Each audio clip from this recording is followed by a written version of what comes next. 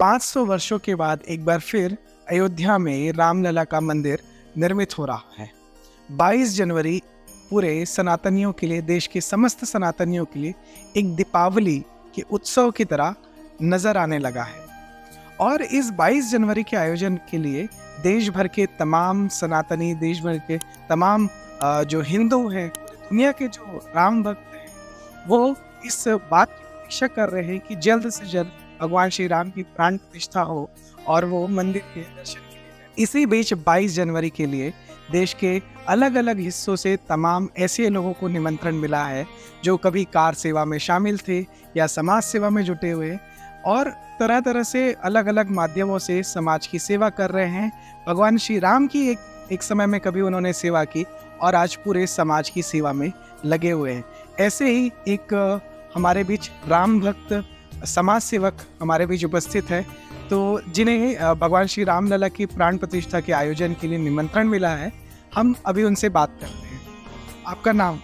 जी, मैं आनंद साहू। आपने अभी बताया कि आपको श्री रामलला की प्राण प्रतिष्ठा के आयोजन का निमंत्रण मिला है, तो आप किस तरीके से देख रहे हैं और आप कहाँ के रहने वाले हैं, आपको किस माध्यम से निमंत्रण मिला है, इसके बारे में थोड़ा विस्तार से बताइए। जी, मैं नरहरपुर जिला उत्तर बस्तर कांकेर का निवासी हूँ और हमारा एक परम सौभाग्य है कि 500 वर्ष के पश्चात आज पुनः रामलला के मंदिर का 22 जनवरी को प्राण प्रतिष्ठा होने जा रहा है।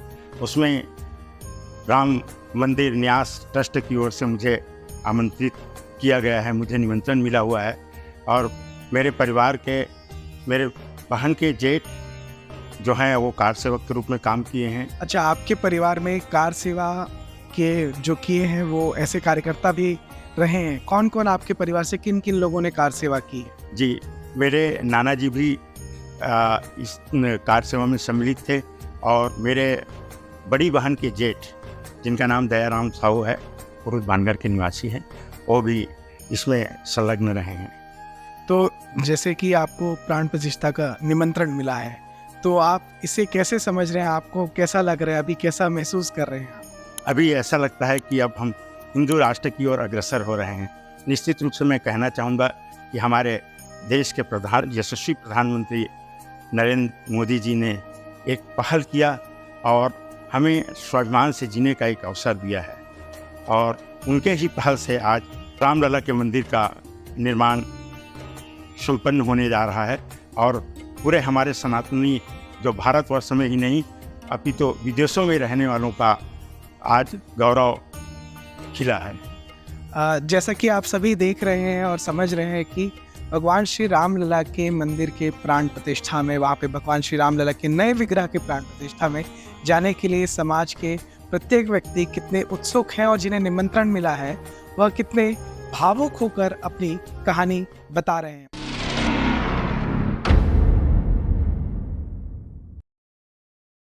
भगवान श्री रामलला की प्राण प्रतिष्ठा के लिए दंडकारण्य क्षेत्र से जिस तरह से अलग अलग लोगों को बुलाया गया है, उनमें से एक हैं संतोषी दुर्गा जी, जो बस्तर के जो एक जिला है कांकेर, वहाँ के एक छोटे से तहसील नरहरपुर के निवासी हैं। और इनके बारे में विशेष बात यह है कि समाज सेवा के बारे में जो सबसे विशेष बातचीत यह है कि इन्होंने अपने जीवन काल में 1200 से अधिक शवों के पोस्टमार्टम में सहयोगी की भूमिका निभाई है। जो नरहरपुर में सामुदायिक स्वास्थ्य केंद्र है, वहाँ पर ये कार्यरत हैं और वहाँ पर इन्होंने समाज सेवा का अप्रतिम उदाहरण पूरी दुनिया के सामने पेश किया है।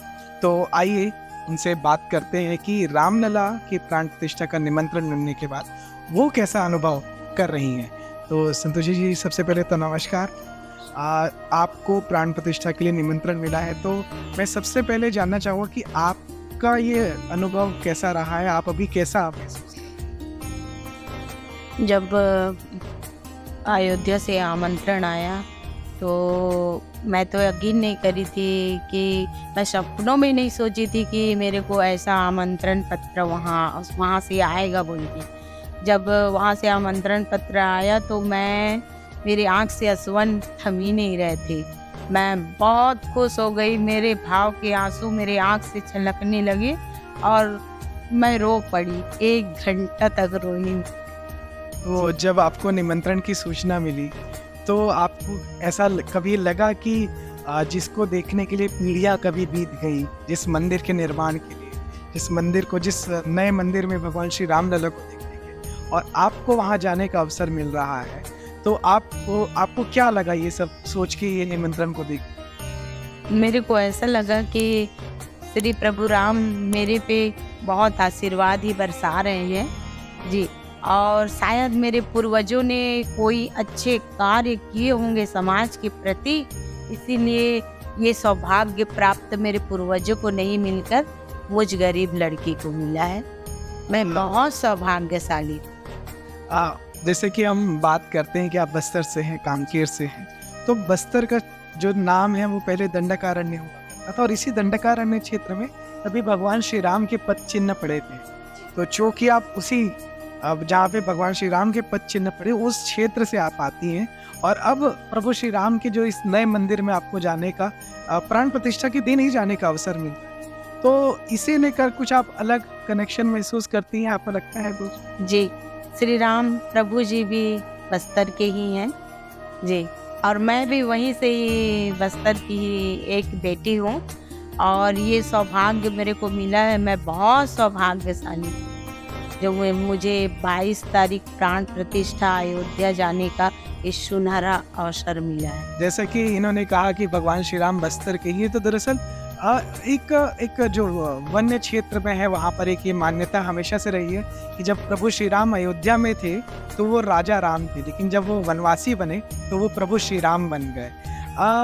जैसा कि आपके बारे में हमें जानकारी मिली कि आपने 1200 से ज़्यादा पोस्टमार्टम जो स्थान में हुआ उसमें आपकी भूमिका रही, उसमें सहयोग की। तो आपको इसकी प्रेरणा कैसे मिली? आपको प्रेरणा कहाँ से मिली कि आप इतने कठिन परिस्थितियों में, जैसे कि आप जिस क्षेत्र से आती हैं कांकेर, वो अभी कुछ वर्षों में धीरे धीरे उसका सुधार हो रहा है, लेकिन जिस समय से आप कार्य कर रही हैं, तो आपको कैसी वो प्रेरणा मिलती है कि आप निरंतर समाज के लिए कार्य कर रही हैं?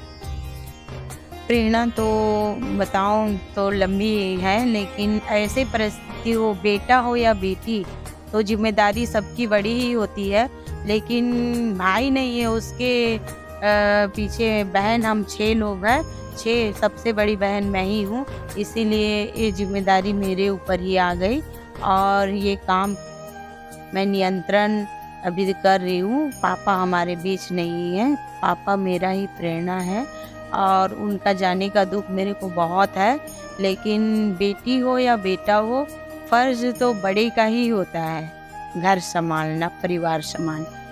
यही कारण है कि भगवान श्री राम जो अपने घर में सबसे बड़े थे, और उन्होंने पिता के वचन के लिए, अपने रघुकुल के वचन के लिए वनवास पर चले गए, और प्रभु श्री राम बनकर राक्षसों का अंत कर वापस लौटे, और एक बार पुनः उन्होंने पिछले 500 वर्षों में राक्षसों का दमन किया, आसुरी शक्तियों और आसुरी विचारों का दमन किया, और पुनः वो अयोध्या लौट रहे हैं। आपको बहुत बहुत शुभकामनाएं कि आपको निमंत्रण मिला। द नैरेटिव की टीम से मैं आपको शुभकामनाएं देता हूं, और भगवान श्री राम, प्रभु श्री राम का आशीर्वाद आपके साथ साथ समस्त बस्तर और समस्त छत्तीसगढ़ और समस्त भारतवासियों और हिंदू सनातनियों पर बना रहे। धन्यवाद।